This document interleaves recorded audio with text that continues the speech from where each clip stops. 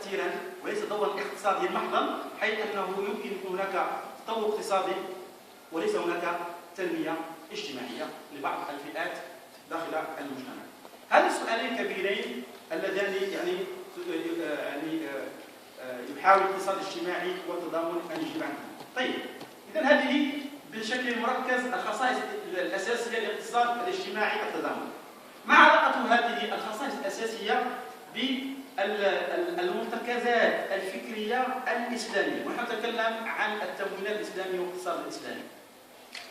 طيب، إذا عدنا إلى الوراء لنجي نرى هذه المرتكزات، أنا أريد أن أقدم لكم حديث رائع جدا يبين يعني الإضاءات مهمة جدا فيما يتعلق باستراتيجية مكافحة الفقر، ونحن نتكلم عن الاقتصاد الاجتماعي لمساعدة الفقراء. هذا الحديث النبوي الشريف يعطي الأسس والمرتكزات الأساسية التي ينبغي أن نبني عليها أي استراتيجية مكافحة الفقر. فأقرأ عليكم هذا الحديث عن أنس بن مالك أن رجل من الأنصار أتى النبي صلى الله عليه وسلم يسأله سؤال، يريد الرجل مسألة، فقال: أما في بيتك شيء؟ يعني الآن التفكير لم يأتي يعني قد له صدقة يقول له اذهب يعني من يعطي صدقة. أما في بيتك شيء؟ قال: بلى، حلس نلبس بعضه ونبسط بعضه وقعب نشرب فيه من الماء. أشياء بسيطة جدا في البيت. قال له النبي صلى الله عليه وسلم: ائتني بهما. قال: فأتاه بهما فأخذهما رسول الله صلى الله عليه وسلم بيده وقال: من يشتري هذين؟ يوجه كلامه للصحابة: من يشتري هذين؟ قال رجل: أنا آخذهما بدرهم. قال: من يزيد على درهم؟ مرتين أو ثلاثا. قال رجل: أنا آخذهما بدرهمين. فأعطاهما إياه وأخذ الدرهمين وأعطاهما الأنصاري وقال: اشتري بأحدهما طعاما فانبذه إلى أهلك، واشتري بالآخر قدوما فأتني به. فأتاه به فشد فيه رسول الله صلى الله عليه وسلم عودا بيده ثم قال له: اذهب فاحتفظ وبع ولا أرينك 15 يوما. فذهب الرجل يحتطب ويبيع، فجاء وقد أصاب 10 دراهم، فاشترى ببعضها ثوبا وببعضها طعاما. فقال رسول الله صلى الله عليه وسلم: هذا خير لك من أن تجيء المسألة نكتة في وجهك يوم القيامة. إن المسألة، يعني السؤال يعني يسأل يعني صدقة، إن المسألة لا تصلح إلا لثلاثة: لذي فقر مدفع، أو لذي غرم مفضع، أو لذي دم موجب. بمعنى أن الإنسان لا يجوز له أن يسأل إلا في هذه الحالة. طيب، ما هي الأشياء الأساسية التي يمكن أن نستخلصها من هذا الحديث كركائز أساسية في الاقتصاد الاجتماعي يعني مكافحة الفقر؟ أول شيء يجب أن نتعرف على وضعية الفقير من خلال المعلومات التي وفرها هو. كيف يمكن أن يساهم في هذا الاقتصاد الاجتماعي؟ ما هو مساهمته في الاقتصاد الاجتماعي؟ ثانيا، تقييم مساهمة الفقير في مشروعه الصغير، كيف يمكن أن يساهم؟ ثالثا، البحث عن تمويل مشروع لدى المجتمع المحلي، كما قال من يشتري مني هذا. رابعا، ترشيد نفقات الفقير وتلبية حاجياته. خامسا، المصاحبة والدعم الفني للفقير. المصاحبة والدعم، كيف أن الرسول صلى الله عليه وسلم وضع العود في القدر كي يستطيع أن يبيعه. متابعة مشروع الفقير وطلب التقارير وتقييم أثر المشروع على حياته. ثم التوجه نحو تغيير الفكر والثقافة، من تغيير السؤال إلى الفعل الاقتصادي، إلى البيع والشراء لتحسين وضعية الفقير. وهذا يتطلب طبعا تغيير الفكر والثقافة من السؤال إلى الفعل الاقتصادي. هذه دروس مهمة جدا فيما يتعلق بسياسة مكافحة الفقر أو باقتصاد الاقتصاد الاجتماعي. ثم هناك درس ثامن وهو توفير التشريعات اللازمة. يجب أن نوفر التشريعات اللازمة لتطوير الاقتصاد الاجتماعي. وأنا كما ترون في الحديث أن الرسول قال: إن المسألة، هذا شرط، إن المسألة لا تصلح إلا لثلاثة: لذي فقر مدقع، أو لذي قرب مفضع، أو لذي دم موجب. بمعنى إن المسألة لا تجوز إلا لثلاثة: أول، لذي فقر مدقع، أي شديد الفقر ليس عنده شيء. ثالثا، أو الذي غرم، بمعنى واحد عنده غرامة أو دين مفضع، يعني ثقيل، دين ثقيل ما استطاع أن يؤديه.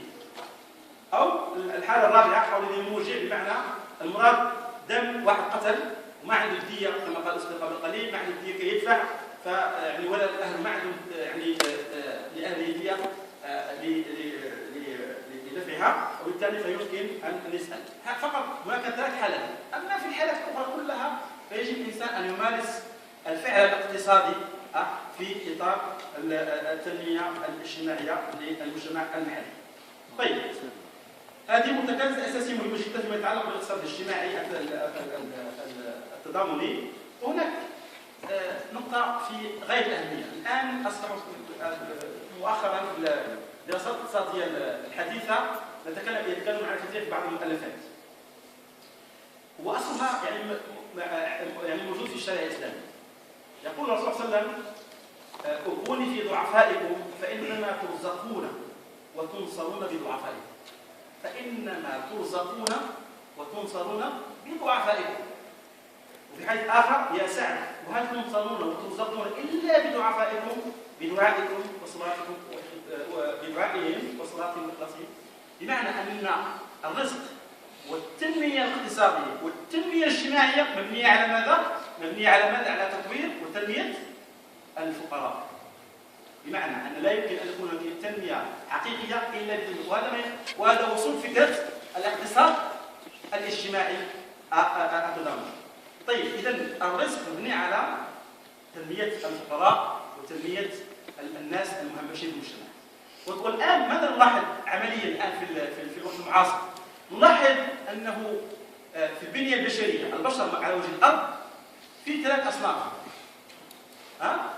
في ناس، أو إذا أردتم يعني في مثلا في المجال الاقتصادي في مشاريع كبرى تقوم بها القطاع العام والقطاع الخاص والقطاع المنظم كالشركات الكبرى والمتوسطة والصغرى، القطاع المنظم والمشاريع الكبرى للدولة. هذا الاقتصاد التقليدي في غالبه تطور عبر التاريخ لتنمية هذا النوع من الاقتصاد، المشاريع الكبرى والقطاع المنظم من الشركات الكبرى والمتوسطة والصغرى. أما القطاع الغير منظم، فهو كان مهمل إلى وقت قريب، ولذلك نتكلم عن الاقتصاد الاجتماعي لكي نستطيع أن نطور القطاع الغير منظم. ولكن الملاحظ أن القطاع غير المنظم هو الذي يعني فيه أكبر عدد من البشر على وجه الأرض في جميع الدول. أن الحرفيين وصغار المزارعين والأرامل والأيتام كلهم يشكلون قاعدة الهرم. ايش قاعدة الهرم؟ بمعنى أكبر عدد من الناس هم في هذا الصنف من البشر. وبالتالي يعني الاقتصاد كله ركز على صنف واحد من الناس أو من القطاعات الاقتصادية، وفي قطاع كبير جدا مهمش ولم يعطى له الأهمية التي تستحق. وبالتالي يعني الاقتصاد الاجتماعي الآن أصبح له أهمية كبيرة، لأنه أصبح يعني أولوية لهذه. فالمقاربة الجديدة للاقتصاد الاجتماعي تنبني على هذا المبدأ، وهو أنه إذا أوقفنا اعتبار الفقير على أنه عائل المجتمع، بل أن الفقير هو طاقة من الطاقات يمكن أن يطور المجتمع.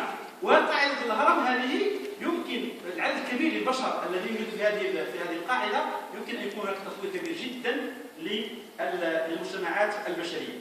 ويعني من شأن هذا النهج إذا ما طبق على الأرض، يعني الاقتصاد الاجتماعي الموجه لهذه الفئات من الناس، يعني هناك 5 مليار فقير قادر على الإنتاج، فإن هذا سيضاعف ثروات الأرض بما لا يقل عن 10 مرات ما هو موجود عليه الآن. 10 مرات ما هو موجود الآن إذا أعطيت أهمية كبيرة جدا لهذه الفئة من الناس في مجال الاقتصاد الاجتماعي. طيب، كيف يمكن أن نوجه الاهتمام لهذه الفئة من الناس؟ طبعا هناك كما قال الأستاذ كريم هناك الأسس الأربعة، لا أقول المالية الإسلامية بل أقول الاقتصاد الإسلامي المفهوم الشامل، وهو يعني الزكاة، الوقف، ثم رأس المال الخاص ورأس المال العام، ليوجه أكثر لهذه الفئات. قاعدة الهرم الموجود فيها أكبر عدد من الناس. طيب من خلال إنشاء مؤسسات إسلامية للتمكين الاقتصادي، من خلال مؤسسة الوقف الإنمائي، من خلال صناديق التضامن للتمكين الاقتصادي، من خلال مؤسسات التكافل للتمكين الاقتصادي، مؤسسات تمويل أصغر إسلامي. وأعطيكم مثال إذا سمح الوقت، مثال عملي قمنا به في إحدى الدول العربية من خلال مشاريع التمويل الأصغر، ميكرو فينانس إسلامي، التمويل الأصغر الإسلامي، وسد الاستثمار الداعم لمشاريع الفقراء. طيب هناك قبل قليل أستاذ كريم ذكر عدد من الصيغ الإسلامية في التمويل أو في التمكين الاقتصادي.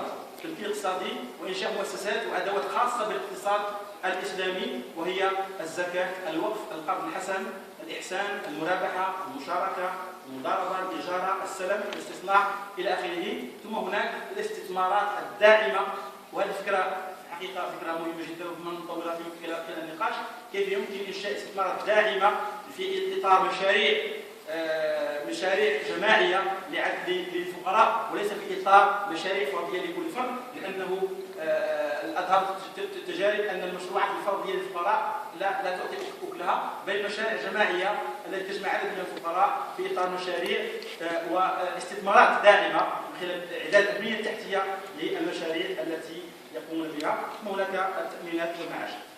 طيب إذا لم يبقى الوقت أقول هذه الفكرة، وهي قضية أن الآن في خلاصة الموضوع لكي نستطيع أن نطور الاقتصاد الاجتماعي التضامني الإسلامي هناك 4 أشياء أساسية. الأول أن نوجد فرص للاستثمار، لأن المشكلة بالنسبة للفقراء وبالنسبة للفئات المهمشة ليس عندهم فرص للاستثمار، ما عندهم إمكانات ذاتية وما عندهم فرص تصنع لهم. فيجب إيجاد فرص كي يستطيعوا أن ينموا قدراتهم ويستثمروا طاقاتهم البشرية في الإنتاج.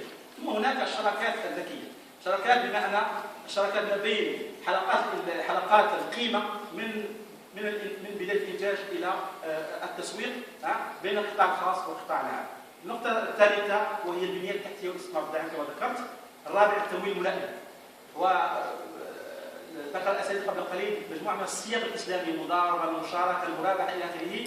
فيجب إيجاد الصيغ التمويلية المناسبة لإيجاد المشاريع المناسبة للفقراء. ثم النقطة الرابعة وهي وليست هي أقل أهمية، معالجة طريقة التفكير، أن الإنسان ينتقل من السؤال إلى الفعل الاقتصادي، ينتقل من المساعدات المالية إلى التنمية الاجتماعية الحقيقية وإلى الفعل الاقتصادي في المجتمع، لأن الفقير فعلا له قدرات يستطيع أن ينميها وينتقل من الفقر إلى الكفاية أو إلى الغنى. طيب هذه الأمور يمكن أن تطور من خلال 4 أشياء. الأولى هي المشاريع الفردية، النقطة الثانية المشاريع الفردية المتضامنة، النقطة الثالثة المشاريع الجماعية، مشاريع جماعية متضامنة، ثم القرى ما يسمى بالقرى مستدامة التنمية، ويمكن أن نتكلم عن هذا خلال النقاش إن شاء الله. لا أدري أن انتهى الوقت الآن، لم يسمح لي أن أقدم لكم نموذج عملي أنجزناه عمليا في بعض الدول العربية، كيف ترجمنا هذه المبادئ وهذه المرتكزات إلى مشاريع حقيقية على أرض الواقع. ربما من خلال النقاش نتكلم حول هذا المشروع. شكرا لكم.